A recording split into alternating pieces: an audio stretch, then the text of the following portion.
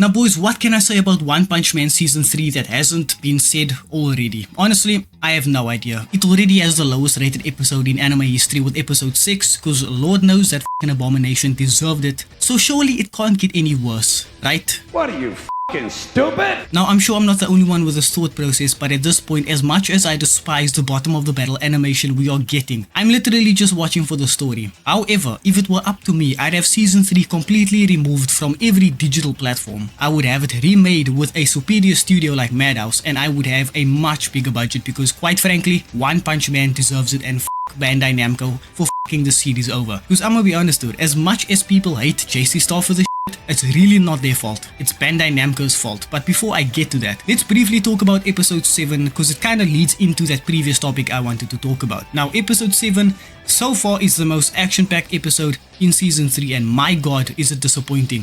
First off, let's start with Tatsumaki's fight against this glorified trash bag, which we the audience don't even really see. We only see the beginning and the end, but we never see what happens in between with these two characters. All we know is that Tatsumaki wins, and that's about it. Now I just want to clarify something. I don't read the manga, so pretty much most of these new characters, I have no idea who these people are. But I'm not gonna lie, after watching this abomination we call season 3, I might just start reading the manga. Because at this point, I would much rather engage with the original content instead of a completely butchered and bastardized version of it. Basically every fight in this episode is completely half-assed in the animation department. Every fight looks awkward, it looks weird as f***, and it looks cheap. Like a freshman animation student got scammed into animating this for little pennies. That's what it feels like. Like take this scene for example, instead of showing us that Black Luster is ramming into monsters, they have this chick tell us that he's doing it, after you just see him running through a few still shots of monsters, which is so f***ing half-assed. And that's another thing I noticed about the season. Whenever they have one character tell you what a different character is doing, it's because they either one,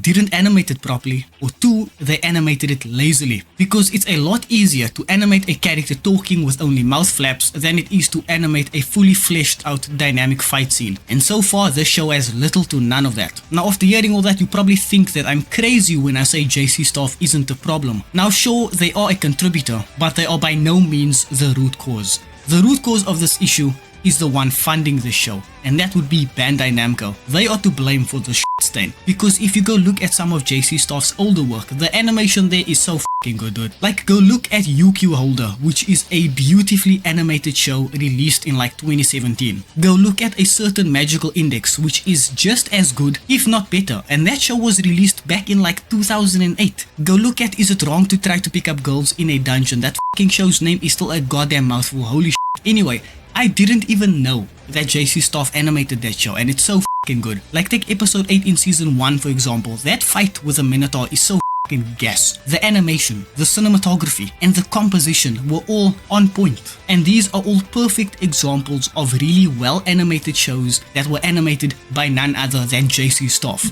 So we know that JC Staff has competent animators, which I was completely unaware of. I'm not gonna lie, I was legit under the impression that the studio lacked talent. So why is One Punch Man so with them at the helm? Well, I think it's because none of their lead animators are working on it due to the lower budget, so I think they just got a bunch of filler animators to do this shit. That's genuinely the vibe I get from this season. Now I could be wrong, but yeah, please someone, if I am wrong, let me know down in the comments below. Anyway, again, if anyone is to blame for this shit, blame Bandai Namco. But yeah, that's the video.